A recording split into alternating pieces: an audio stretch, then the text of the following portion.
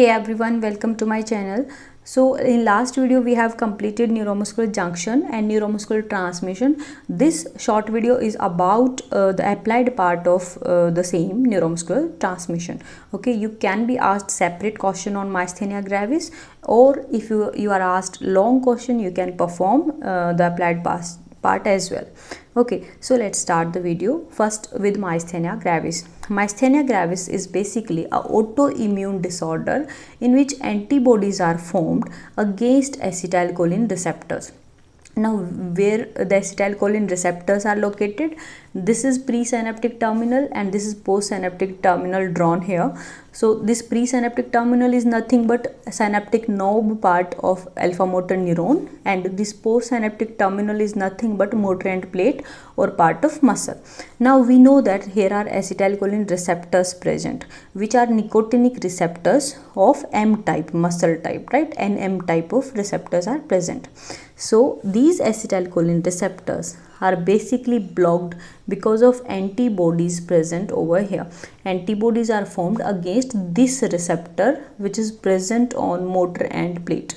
Okay, so what happens because of these antibodies? They block the acetylcholine receptor, which causes muscle weakness. Okay, so talking about symptoms, there are extraocular muscle weakness, diplopia occur, eyelid drooping occur, which is ptosis, facial muscle weakness occur, difficulty in swallowing, jaw fatigue or slurred speech.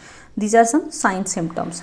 If you talk about treatment, then what happens basically, acetylcholine esterase inhibitor is being given.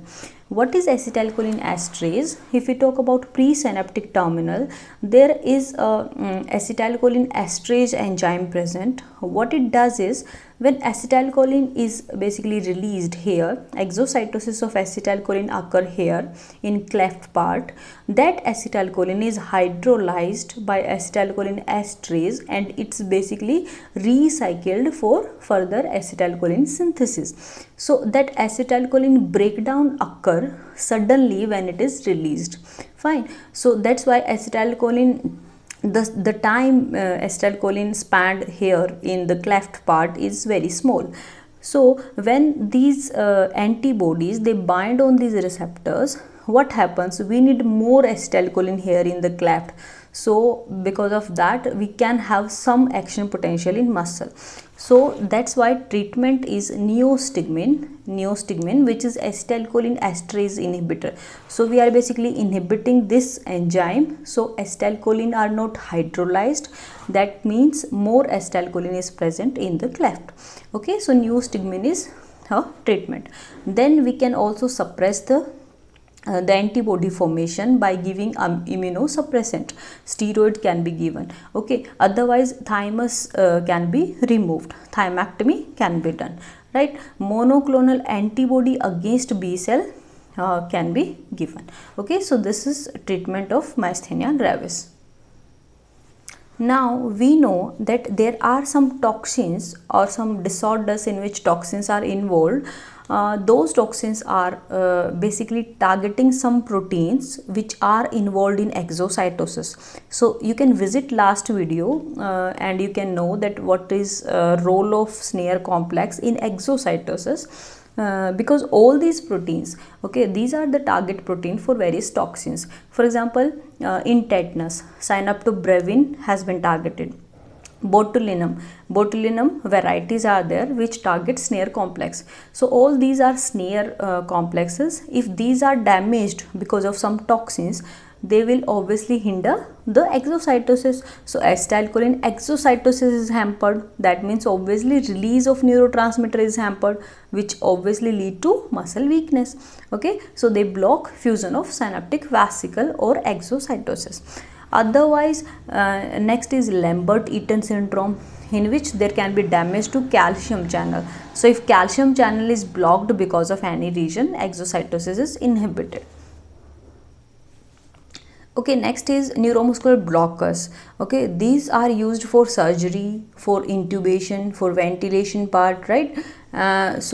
Basically what we need is, we don't want neuromuscular transmission. So this knowledge of neuromuscular transmission can be used to basically make neuromuscular blockers, right?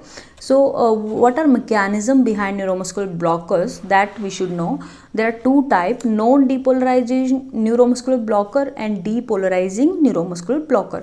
Non-depolarizing is basically when they bind to acetylcholine receptors and prevent depolarization. Fine. So if acetylcholine esterase inhibitor is being given, which can increase acetylcholine in the cleft, which can lead to depolarization. So basically acetylcholine esterase inhibitor whenever given, the patient will improve. Okay, so non-depolarizing drugs of neuromuscular blockers, so they prevent depolarization. That is the mechanism behind that, and examples are atracurium, vancurium. Okay, then next is the depolarizing neuromuscular blockers. They basically bind on the receptors and remain fixed on those receptors, and that's why they don't allow to relax. So because of that, fasciculations you can see whenever this drug is being given to patients during surgery, and they are short acting. Saxa, you must have seen Saxa drug. This is short acting drug which is being given for neuromuscular blocking. Okay, this is used in rapid intubation or seizures. Okay, so this information you can use of neuromuscular transmission. So this is all about applied part of neuromuscular transmission, in which we have seen some toxins targeting those snare complexes, neuromuscular blockers and their mechanisms, and myasthenia gravis. So that's all for today. We'll meet in next video about skeletal muscle. Thanks for watching. Happy learning, guys.